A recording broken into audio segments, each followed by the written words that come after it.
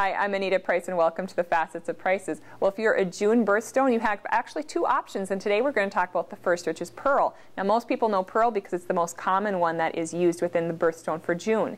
Now, pearls come with a little bit of fun history from the actual Chinese folklore. It is believed that the luminescent, or that beautiful kind of glow of the moon, gave this power to the oceans to be able to produce pearls.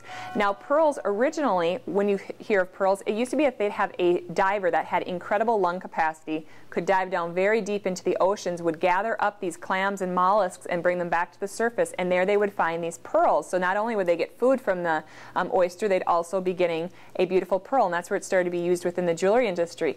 Now, you can imagine to have to train people to go and have great lung capacity, swim, be super swimmers, and go and risk their life to go these great depths to get the pearls. It's not very common today. So within the jewelry industry, years and years ago, they actually began doing an irritant to the mollusks. They would harvest these mollusks, they would bring in a little bead or some sort of an irritant, put that inside the mollusk, and then it would begin to start creating the pearl. Now, pearls are called, they have a nacre over them, which is actually a layer. It's, you know, if you kind of think like if you get like a film on something, the more layers and more layers, sometimes it's harder to get that film off of things. Well, that's kind of, in a very layman's term, is what happens to this bead. Is you have this bead, and the oyster keeps producing layer after layer until you have a beautiful pearl.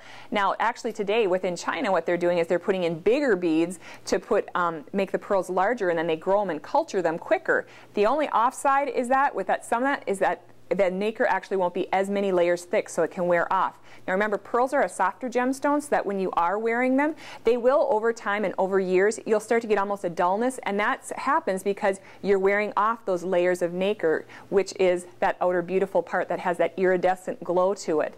So pearls are just kind of a unique piece all into their own, so that's one reason why we love to have them here in the store. They come in freshwater, they come in button styles, which are flat, just like a button would suggest. They're in mabe. There's a variety. There's Baroque shapes, freshwater shapes. So there is a lot of fun that you can have with pearls. So if you're interested in stopping in for a June birthstone, stop in at Price's Fine Jewelry and I'll show you some beautiful options. Thanks a lot. We'll see you next week.